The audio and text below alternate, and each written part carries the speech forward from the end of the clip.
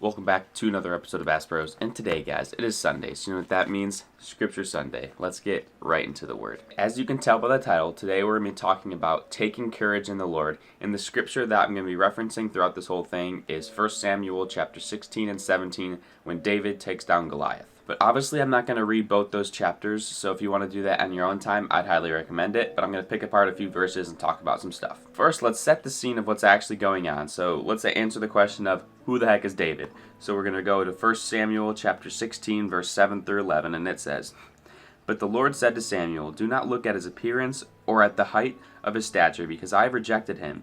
For God does not see as man sees. For man looks at the outward appearance, but the Lord looks at the heart." Then Jesse called Abinadab, I definitely butcher that, and made him pass before Samuel. And he said, "The Lord has not chosen this one either." Next Jesse made Shammah pass by, and he said, "The Lord has not chosen this one either." Thus Jesse made 7 of his sons pass before Samuel. But Samuel said to Jesse, "The Lord has not chosen these." And Samuel said to Jesse, "Are these all the children?" And he said, "These remain yet the youngest, and behold, he is tending the sheep." And Samuel said to Jesse, "Send and bring him, for we will not sit down until he comes here." So as we can see here, David is the least and the youngest of his brothers. He is often overlooked by everyone. He was just out tending the sheep when Samuel was looking for someone to anoint. They didn't even present him to Samuel. But as it says in verse 7, the Lord looks at the heart. He doesn't look on the outward appearance of people. And then Samuel goes on to anoint David. But now let's go find out who Goliath is. And here we are in 1 Samuel chapter 17, verse 4. "And he was clothed with scale armor, which weighed 5,000 shekels of bronze. He also had bronze greaves on his legs, and bronze javelins slung between his shoulders. The shaft of his spear was like a weaver's beam, and the head of his spear weighed 600 shekels of iron. His shield carrier also walked before him. He stood and shouted to the ranks of Israel, and said to them, 'Why do you come out to draw up in battle array? Am I not the Philistine and your servants of Saul? Choose a man for yourselves and let him come down to me.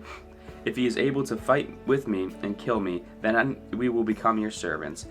But if I prevail against him and kill him, then you shall become our servants and serve us.'" So just on paper here, if you're reading this and see who David is and see who Goliath is, there ain't no way in heck that David should win this fight. So how does David even get into the situation? Because he's kind of out tending his flock for his father. But as it says in verse 17, "Then Jesse said to David his son, 'Take now for your brothers at ephah of this roasted grain and these 10 loaves, and run to the camp to your brothers.'" So he is just going there to bring some food to his brothers. That's all he's going to do there. So as David was there taking some food to his brothers, Goliath actually says this, and David overhears it in verse 24 and 25, and it says, "When all the men of Israel saw the man, they fled from him and were greatly afraid. The men of Israel said, 'Have you seen this man who is coming up? Surely he is coming up to defile. And it will be that the king will enrich the man who kills him with great riches, and give him his daughter, and make his father's house free in Israel.'" And then David's here taking offense to this, that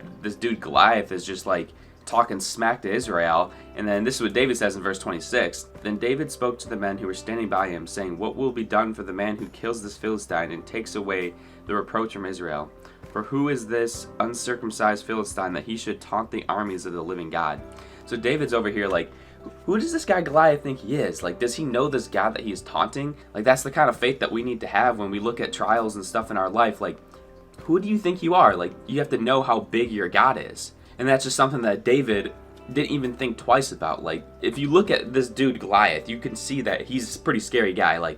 No one would want to mess with him. But when David sees that giant dude over there, he doesn't even think of how big he is. He just thinks of how big his God is. And he's like, who is that dude that he should even taunt the armies of the living God? Bro, I know you're big to man, but to God, you have no power to do that. You have no authority over that. So that's just kind of faith that we need to have when we look at big problems in our life. Just think of how good and how big your God is, and how much stronger he is than anything that may come your way. And then just look at that situation and be like, who are you to even cause a worry in my mind? And that's the kind of faith that David had here. And now we go to verse 32 and 33. "And David said to Saul, let no man's heart fail on account of him. Your servant will go and fight with this Philistine." Then Saul said to David, "You are not able to go against the Philistine to fight with him, for you are but a youth, while he has been a warrior from his youth." So Saul is basically telling David, you're not prepared for this fight. There's no way in heck that you're going to kill this dude. There's no way that you can battle him. But again, David is not looking at this from a man's point of view. He's looking at it from God's point of view. there's no reason that this dude should be taunting God, because God is so much better than him. So like, he's like, I can do it with God's help. There ain't nothing that can stop me.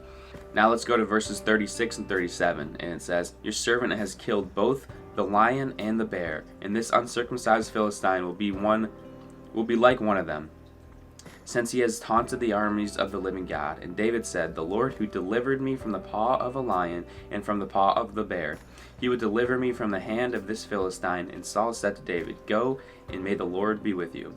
So David right here he's just remembering the times that God has been there for him. Just like you guys need to do sometimes. When you get through a rough season of your life, remember those old times in your past that God has brought you up from those times as well, because he can do that same thing again. Even if this challenge may be bigger this time, it's still God, and he can deliver you from that. So David is looking at it like, God's delivered me from the other things before. He can do it again here with Goliath. And right here in verses 39 and 40, this is kind of like my favorite part right here. But here we go. This is what it says. David girded his sword over his armor and tries to walk, for he has not tested them. So David said to Saul, I cannot go with these, for I have not tested them. And David took them off. He took his stick in his hand and chose for himself 5 smooth stones from the brook and put them in the shepherd's bag which he had, even in his pouch, and his sling was in his hand, and he approached the Philistine. So he's going to fight this absolutely amazing warrior and decides that he doesn't need a sword, he doesn't need armor. He doesn't need any of that stuff. But like, sword and armor is what the world looks at as something strong that you need before you go into a fight. But again, we're talking about God here, and David put so much courage in the Lord that he didn't even need that. He's like, nope, I'm not used to it. This isn't what I need to fight. I just need some stones, and God's got my back, so he's gonna take it over. And if you take courage in him, there is nothing that he's called you to do that he won't prepare you for. And in verse 45, then David said to the Philistine, you come to me with a sword, a spear, and a javelin, but I come to you in the name of the Lord of hosts, the God of the armies of Israel, whom you taunted.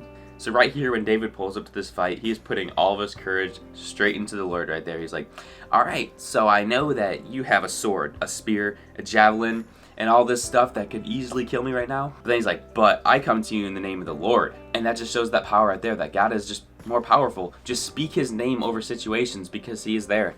And there's nothing like, it's amazing. I can't even get my words out because that's just such a powerful verse right there. From the outside perspective, there's just no way David should win this, but he just takes so much courage in the Lord and was like, I come to you in the name of the Lord. And that's all he needs to say. And then we go down to verse 49 and 50. And David put his hand into his bag and took from it a stone and slung it and struck the Philistine on his forehead.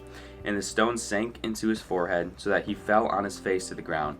Thus David prevailed over the Philistine with a sling and a stone, and he struck the Philistine and killed him. But there was no sword in David's hand. Again, I would highly recommend you guys reading 1 Samuel chapter 17 for yourself, so you can like pick it apart and read all the verses about everything that went down in that chapter, because I kind of just skipped over some things, so it's better to have the full context of everything that's going on. So I'd highly recommend that you read that chapter for yourself. So I guess the things that I want to take away from this chapter right here is that don't look at situations with the world's point of view on your eyes. Look at it through the Lord's point of view and just see what he sees, because he has so much greater power, and he doesn't look the same way as man looks. As it said, the Lord does not look at the outward appearance, but he looks at the heart inside. So when you look at situations, don't look at how big that situation is. Just think about how big your God is. And I hope this message spoke to some of y'all today. And as always, folks, fish with passion. God bless you.